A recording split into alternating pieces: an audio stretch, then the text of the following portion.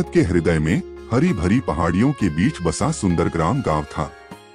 यह गांव अपने जीवंत खेतों और मेहनती लोगों के लिए जाना जाता था। हालांकि पिछले कुछ महीनों से सुंदरग्राम भयंकर सूखे से जूझ रहा था। खेत सूखे थे और कुएं सूख चुके थे। नील और मीरा जैसे बच्चे जो नदी के किनारे खेलना पसंद करते थे, उन्होंने पाया कि नदी के तल में दरारें पड़ गई हैं और वे सूख गए हैं। ग्रामीण हर सुबह साफ नीले आसमान को देखते हुए बारिश की उम्मीद में इकट्ठा होते थे, लेकिन दिन ब दिन सूरज लगातार तपता रहता था। निराशा के बीच अभी भी उम्मीद थी। गांव के बुजुर्ग अक्सर पुराने बरगद के पेड़ के नीचे इकट्ठा होकर पानी बचाने के तरीकों पर चर्चा करते थे और बारिश के लिए प्रार्थना करते थे। गांव के पुजारी पंडित जी बारिश के देवताओं को खुश करने के लिए प्रार्थना और अनुष्ठान करते थे। नील और मीरा जिज्ञासु और मदद करने के लिए उत्सुक पंडित जी के पास पहुँचे। पंडित जी, हम अपने गांव में बारिश कैसे ला सकते हैं? मीरा ने पूछा। पंडित जी ने मुस्कुराते हुए कहा, बारिश तब आएगी जब सही समय होगा, लेकिन तब तक हमें अपना काम करना चाहिए। पानी बचाने में मदद करें और बारिश के बादलों को आमंत्रित करने के लिए अधिक से अधिक पेड़ लगाएं। प्रेरित होकर नील और मीरा ने अपने दोस्तों को पानी बचाने और गांव के चारों ओर पौधे लगाने के लिए एकजुट करने का फैसला किया। नील, मीरा और उनके दोस्त घर घर जाकर ग्रामीणों को जल संरक्षण के बारे में शिक्षित कर रहे थे। उन्होंने सभी को पानी का दोबारा इस्तेमाल करने और बर्बादी से बचने के लिए प्रोत्साहित किया। अपने उत्साह के साथ उन्होंने ग्रामीणों को गांव के चारों ओर पौधे लगाने के लिए एक साथ आने के लिए प्रेरित किया। ग्रामीणों ने अथक परिश्रम किया, गड्ढे खोदे और पौधे लगाए। उम्मीद है कि उनके प्रयास से बारिश के देवता प्रसन्न होंगे। जैसे जैसे दिन हफ्तों में बदलते गए, पौधे जड़ पकड़ने लगे और पूरे सुंदरग्राम में एकता और उद्देश्य की भावना फैल गई। एक सुबह जब ग्रामीण बरगद के पेड़ के नीचे एकत्र हुए तो उन्होंने हवा में बदलाव देखा। हवा ठंडी थी और आसमान काले बादलों से ढका हुआ था। ग्रामीणों ने उम्मीद भरी निगाहों से एक दूसरे को देखा और बारिश की संभावना के बारे में फुसफुसाए। नील और मीरा ने उत्सुकता से आसमान को देखा। क्या आपको लगता है कि आज बारिश होगी? नील ने पूछा। उसकी आवाज में उत्साह झलक रहा था। मीरा ने सिर हिलाया, मुझे भी ऐसा ही लगता है। हमारी मेहनत बेकार नहीं जाएगी। जैसे जैसे दिन चढ़ता गया, बादल घने होते गए और हवा में उम्मीद की किरणें भर गईं। ग्रामीण बेसब्री से इंतजार कर रहे थे। उनकी आंखें आसमान पर टिकी थीं। देर दोपहर में पहली बारिश की बूंद नील की नाक पर गिरी। उसने आश्चर्य से आंखें फाड़कर देखा।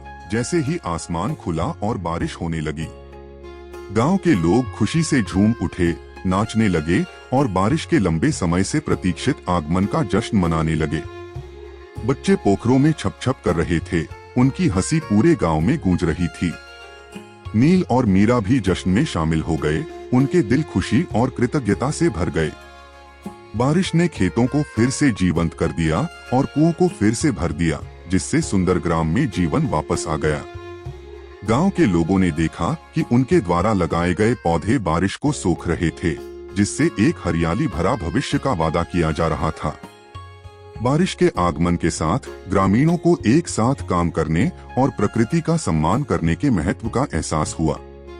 उन्होंने समझा कि वे मौसम को नियंत्रित नहीं कर सकते, लेकिन वे अपने पर्यावरण की रक्षा और पोषण के लिए कदम उठा सकते हैं।